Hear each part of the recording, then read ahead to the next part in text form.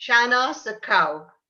The topic for this session is Humanizing Businesses as a Cultural Benchmark. And our esteemed speaker is a B2B expert on consumer behavior, a best selling author, and a top global business and tech speaker. Shana Sakau on Humanizing Businesses as a Cultural Benchmark. Thank you so much. It's great to be with you today. So I want to start by asking a question. What would you say if I were to tell you that 90% of us don't trust businesses anymore? It is a huge cultural shift that happened kind of around the Great Recession that was 2009 to 2011. And what happened was businesses were at a loss because they were suffering, they were losing business, and they didn't know what to do, and all their budgets were cut all over the world. So it's the same story.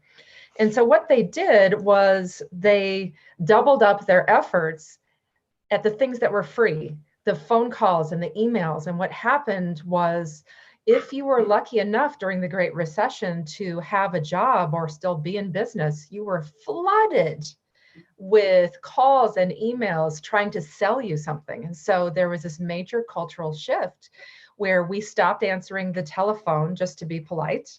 The volume was just too much. And we stopped responding to every email. And we became almost cynical and distrustful of, oh, here's another company just trying to sell me something. And you can't blame the companies. They were desperate and they didn't know what to do. So it used to be, for hundreds of years, the way that we would sell things would be to approach a person as a company. And then once we've established our company's credibility, we would move into sales mode. Here's what I can do. Here's what I can sell to you. And then after a while, after maybe doing business with that customer for a while, would we really move into personal mode and share personal things and become actual friends with our customers? Well, today it's completely the reverse, because when 90% of us don't trust businesses, businesses have to change. And so now what I tell businesses and salespeople all over the world is we have to be human beings first. You have to establish the relationship first. And what I really think, Doctor, is that it's the end of professionalism as we know it. Because we can't have this wall up between you and me if we want to move forward as a culture, as a world. We're in what I call the third wave, meaning there have been three huge major business shifts this century that have affected how we as buyers, as consumers behave, and they've changed us fundamentally. And the first one was 9/11. When that happened in the United States, it threw the whole world into a recession, and it changed how we buy, of course. And the second one was the Great Recession that I mentioned, that fundamentally changed how we buy. And we're in the third one right now. This global pandemic is another one of those major global shared human experiences that it absolutely is changing us. It's changing us as a race. It's changing us as humans. It's changing us as buyers, of course, once we trickle down. And so we can't sell the way we used to, because as consumers aren't buying the way that they used to. So it's never going to go back to the way it was. And unfortunately, our human nature is to cling to the way things have always worked for us. And it's hard to adapt and it's scary to adapt, but the way forward is to change, to evolve how we see our companies and how we see our workforce, our salespeople, because how we see our consumers has to change. They see us completely differently. We can't do business as usual. So we, as human beings, do you trust businesses, Doctor? Uh, you're that you right. don't know? Of late, yes, I'm also wary of those calls and Yes, those spams, and you can never be sure. And all right. fake Unless you, IDs and everything. right. Unless you already know the person who's doing the selling, and then you already have the trust with them. But today, when you and I are blocking salespeople from even getting to us to start that connection, what's a salesperson supposed to do? How are they supposed to reach us when we are all saying no calls, no emails, and we kind of are locking ourselves away from salespeople? So we are saying to them, the relationship is what's the most important, but we're not allowing them in to build the relationship. So it's a crazy time to be, I mean, to be human for sure. It's a crazy time, but then figuring out how to sell through this is very difficult for that reason. And I think the only reason, or the only way that we're going to get through as businesses, is to rise above all the noise. There's so much sales noise, there's so much marketing noise with companies getting desperate again. We're seeing it happen again. And they are doubling, tripling their efforts at emailing and calling and doing those traditional things that don't work for us anymore, and certainly don't work for younger generations. I have teenagers, and to get them to answer the phone, forget it. When they're, full on adults and consumers, do you think that they're going to suddenly change their behavior? No. I think that we are evolving as a culture all around the world because of this pandemic. And we have to humanize ourselves then and adapt as businesses to be able to rise above the noise and get through. We ignore businesses. It's very easy for us as humans, doctor, to ignore a business because it's impersonal. We're just going to ignore them, but it's so much more difficult to ignore a human being. So when a human being reaches out to you and speaks as a real person and tries to connect with you as a real person, it's harder to ignore that, whether it is by email or by voicemail or some of the methods that I'm recommending today, like video email. It is so much easier to ignore a written text from a stranger, but a video email, just as one example of a tool that's working now, is much harder to ignore because you see the face of a person and you see the tone. And if you know it's personalized, that video just for you, then you're going to at least pay attention. And that's so much more than we're doing right now with people trying to call us. We just let that go to voicemail. I don't recognize that number. So it's the only way I think that we're going to rise above the noise is by doing what I call heart share. There's head share and heart share. Head share is approaching someone with logic and as a business. And it's so easy to ignore. There's no feeling involved. Heart share is connecting with them on a human level, which is the way forward because we don't buy based on logic. We use emotion to justify any purchase, any purchase. So building loyalty in this next normal is only going to happen with heart share as we move through this collective human experience and fundamentally change how we buy.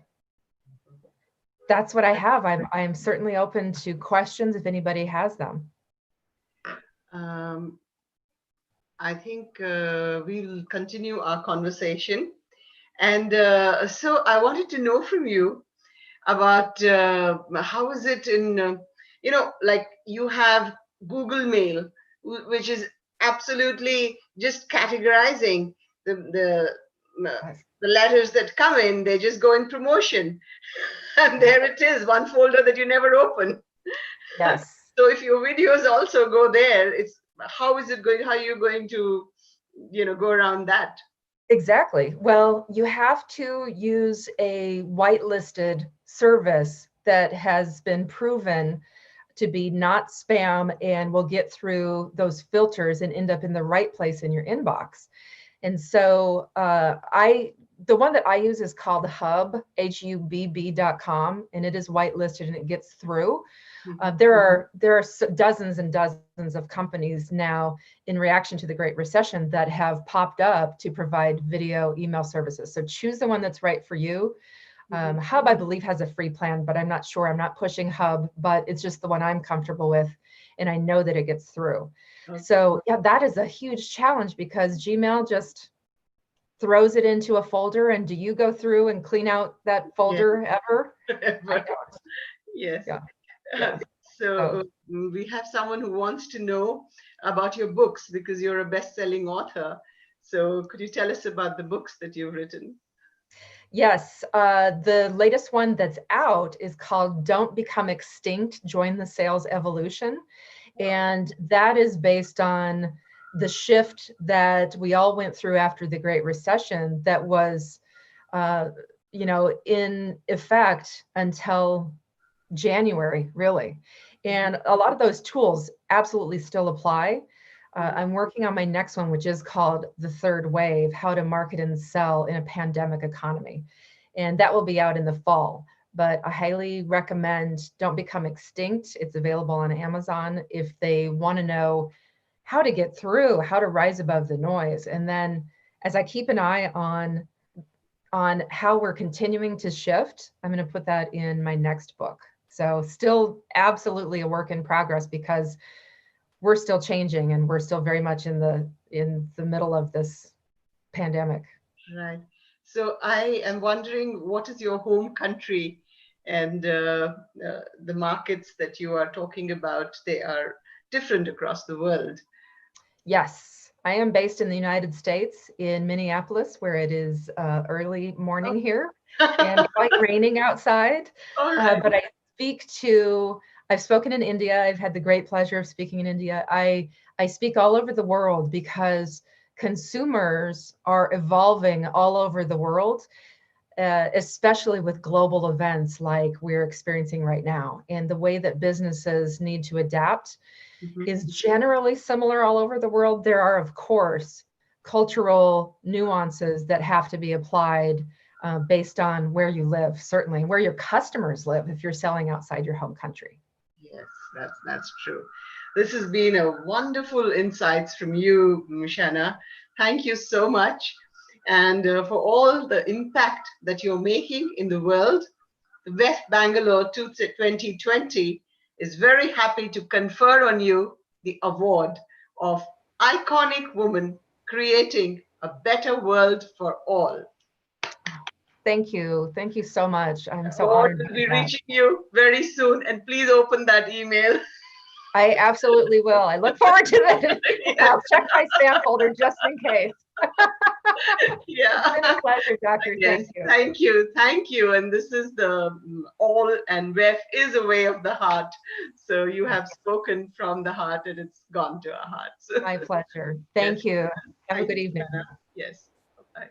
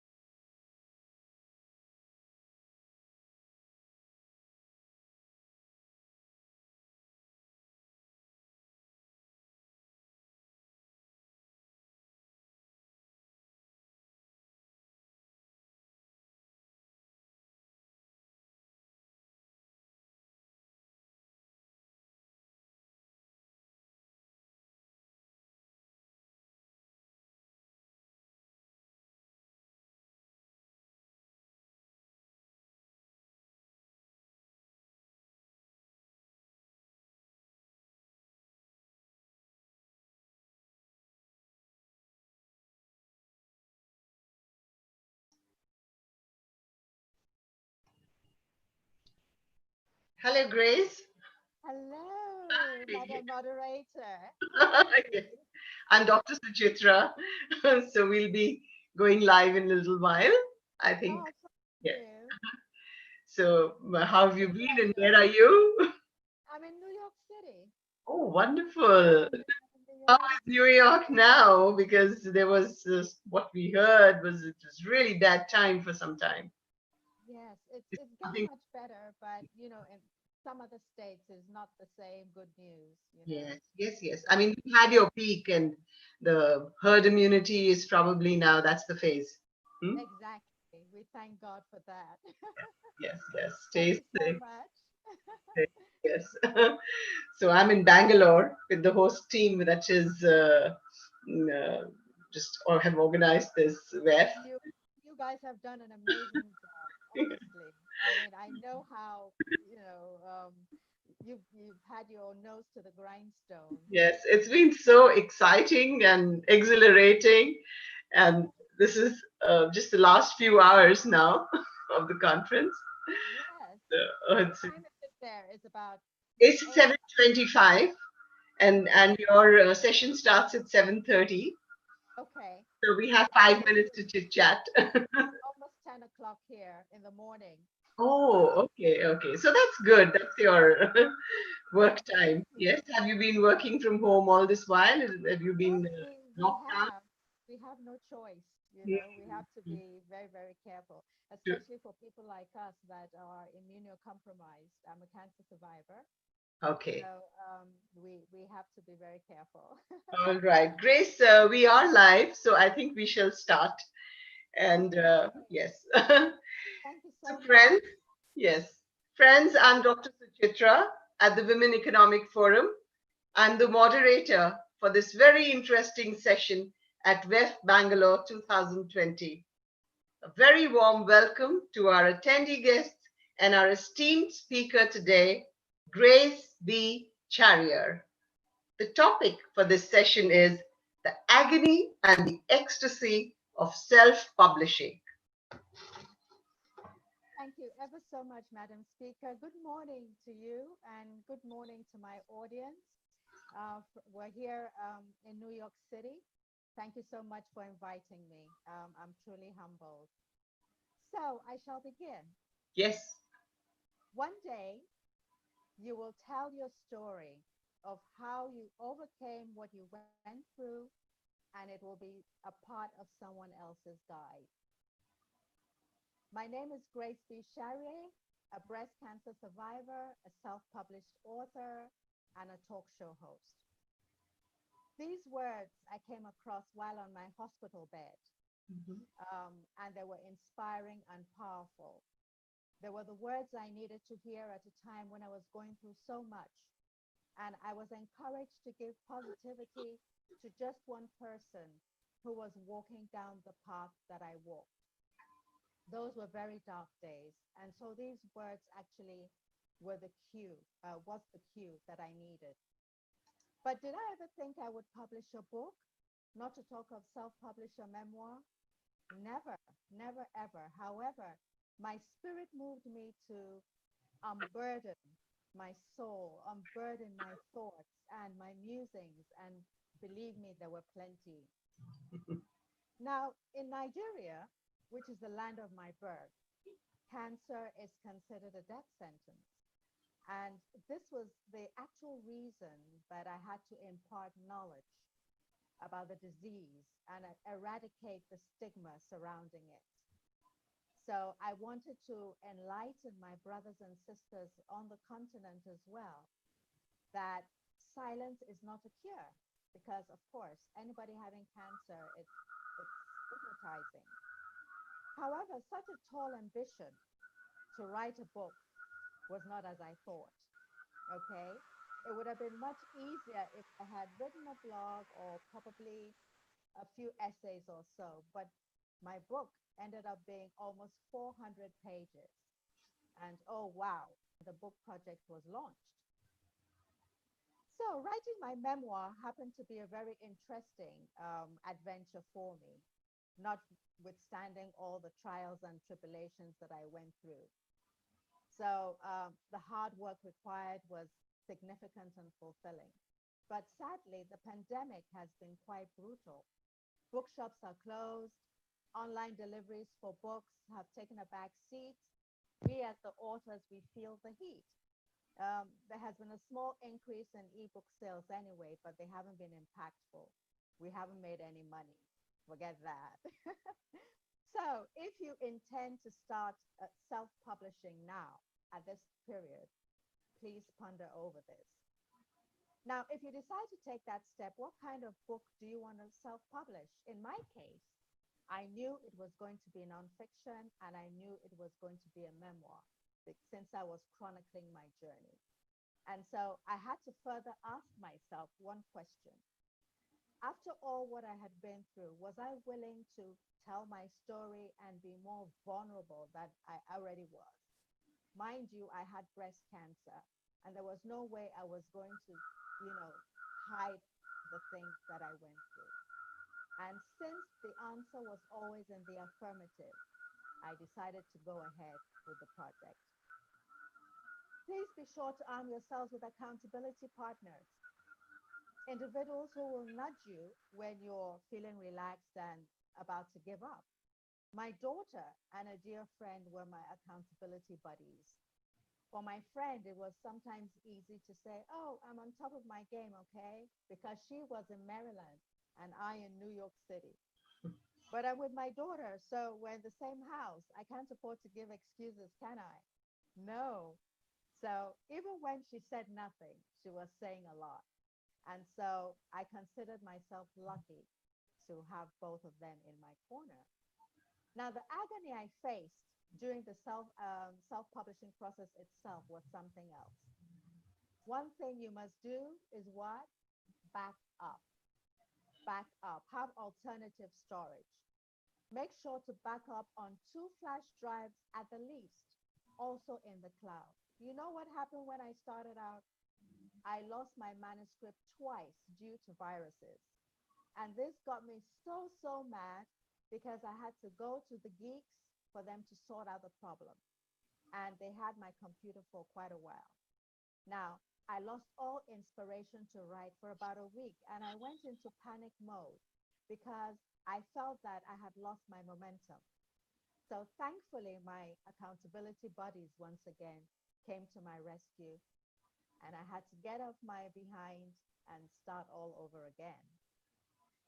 So fatigue is another agony, I tell you, because I'm someone that likes everything to be perfect and in tip-top shape.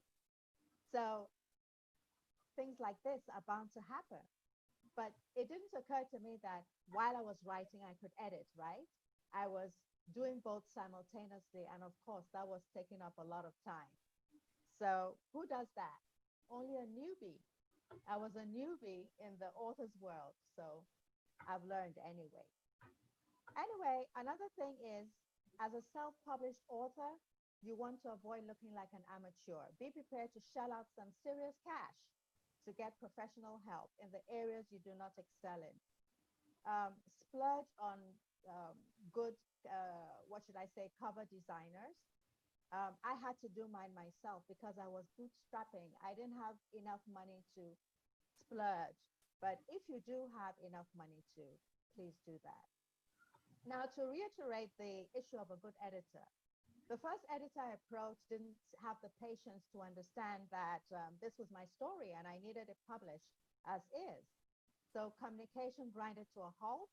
I had to let him go to save myself from a heart attack. So eventually I was referred to somebody else and she was amazing. Um, she even did more than um, expected. So be advised that your editor is your best friend and invest in a very good one. Now, self-publishing, I notice, carries a stigma. Why? Because people feel that anybody off the street can publish a book nowadays. True that, because there's so many poorly written and edited books available. So it's understandable. Because also recently, when I began introducing myself as an author, everybody would get excited. "Oh, you're an author. That's fantastic. Oh, wow. So who's your publishing house?" And then when I say I self-published, You could see the disappointment on their faces as if to say self-publish. Oh my God. So this attitude is an ongoing battle, and this is what we self-published authors face. Now that the book is published, what do you need to know? You have to market and promote, right? It's not that easy, I tell you. You must do your homework to know which platforms to use for sales and distribution. Promotion is a huge challenge. And if you self publish, know that you're going to spend 10% of your time writing and 90% of your time marketing. That's what it is. Nobody's going to do it for you. You're going to do it yourself. And also, something I learned, start marketing and promoting when you are in the middle of your manuscript. Don't wait until when you finish your book. And that's another lesson that I learned. Self-publishing is a very lonely journey. You need to have all the advice and support that you can get for motivation and to optimize your craft. So join a community on social media. Unfortunately, I also learned this in recent times. Well, experience is the best teacher. So don't forget to self-promote. Don't wait for anybody to do it for you. Self-promote your book as much as you can and any way you can, because no one will do it for you. Who knows? You may even strike gold if the stars align. Another frustrating fact is having your head in the clouds that, oh, you're going to get rich selling your book. I have so many friends on social media and all that. They're going to buy. Oh, you start running up your what is it, calculator.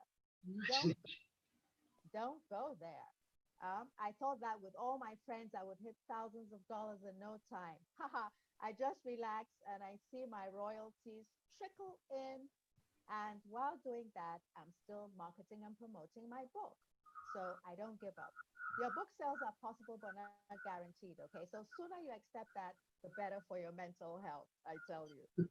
On the other hand, my ecstasies emerged during my writing and publishing process. First ecstasy, I became an author. How cool is that? So I'm the boss. I had absolute control over my book's appearance and content and the rest of my intellectual property. Remember when I said I let go of the first editor? I couldn't have done that if I was with a traditional publishing entity. So, of course, they call the shots, but I called the shots in my case because I self published. I had flexibility regarding my content. While self publishing, I was able to minimize costs and also know that books have a shelf life of 30 to 60 days in the brick and mortar store. If you have an ebook, it you have shelf life for life.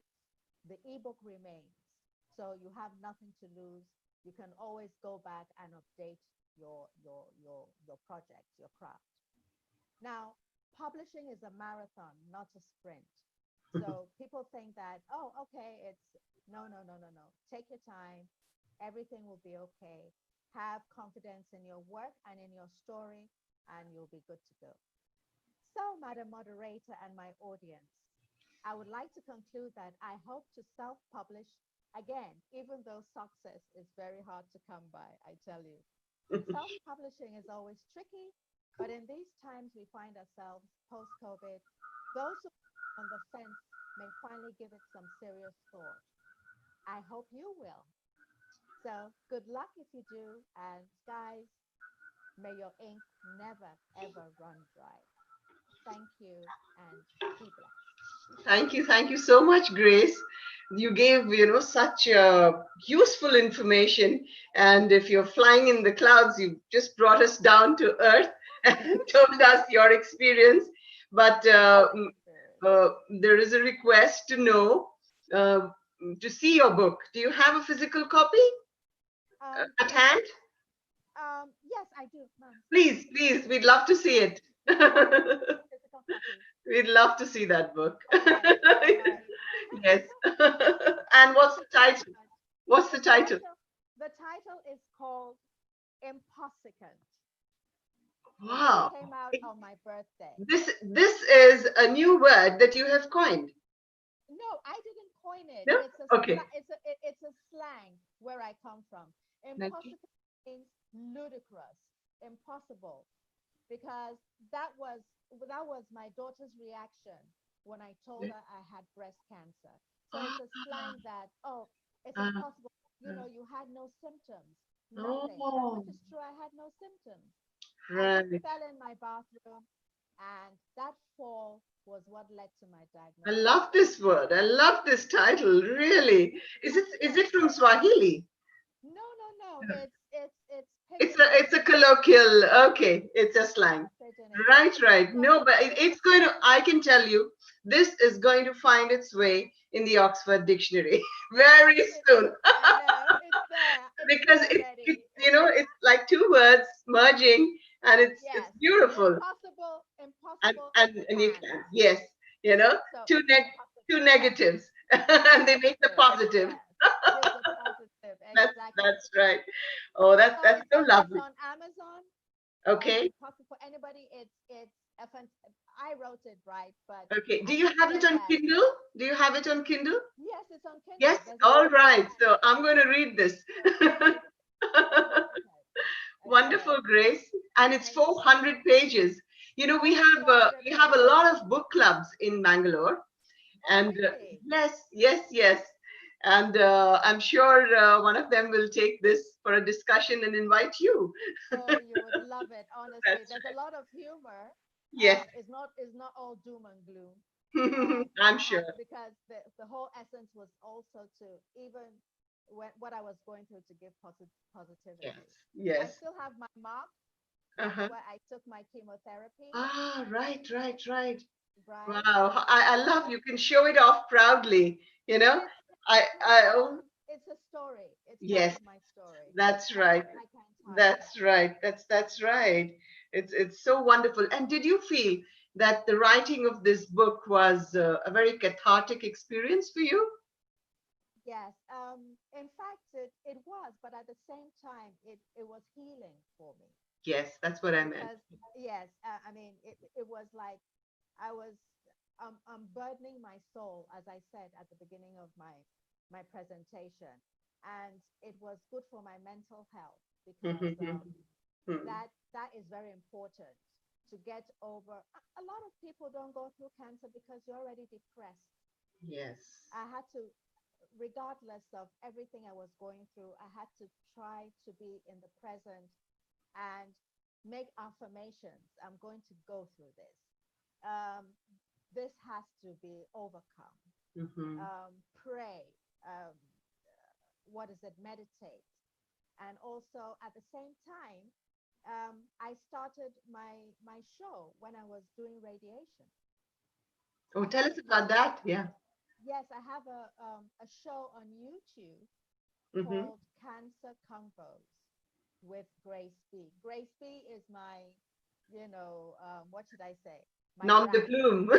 It's your nom de plume. Nom de plume, exactement. So my show is Cancer Convos with Grace B is on YouTube, and Okay. I seek to demystify the cancer disease. I have amazing guests who have been affected by cancer. I have oncologists, I have nutritionists, I have people. In June was Men's Health Month, Mm-hmm. so I interviewed the men as well because they're the last ones to go for a checkup. They're taking care of everybody, Yeah. and they're not even taking care of themselves. So you find that Mm-hmm. a lot of the men Mm-hmm. hide, they have issues because they're it's the macho thing, right? I'm a man, I'm in charge, and I want to take care of my family. So Hmm. why should I tell them I have a problem? Yes, So that's that is right. it. So That's if right. my audience is watching Mhm. the viewers, Cancer Convos with Grace B on YouTube, you'll enjoy it. You'll find it very, very rewarding. Oh, that's wonderful. Really, we've learned so much and can feel your strength. You are Thank an you. incredibly strong woman, Grace B. Thank you so much, ma'am. Thank Yeah. you. I really appreciate it. Thank you for having me. Yes. Well, WEF Bangalore 2020 is happy to confer on Grace B the award of Iconic Woman Creating a Better World for All. And this Oh my award is going to goodness. reach you soon. Oh my goodness. Oh, I have tears in my eyes. Thank you No, so much. That it's is such wonderful. an You honor. truly Such a deserve it. wonderful award. Yeah. Thank you so much. God bless you. Yes. Thank you so much. Yes. God bless you. Yes. With that, it's a wrap from me, Dr. Suchitra. Thank you. And it's back to the host. We leave the room now.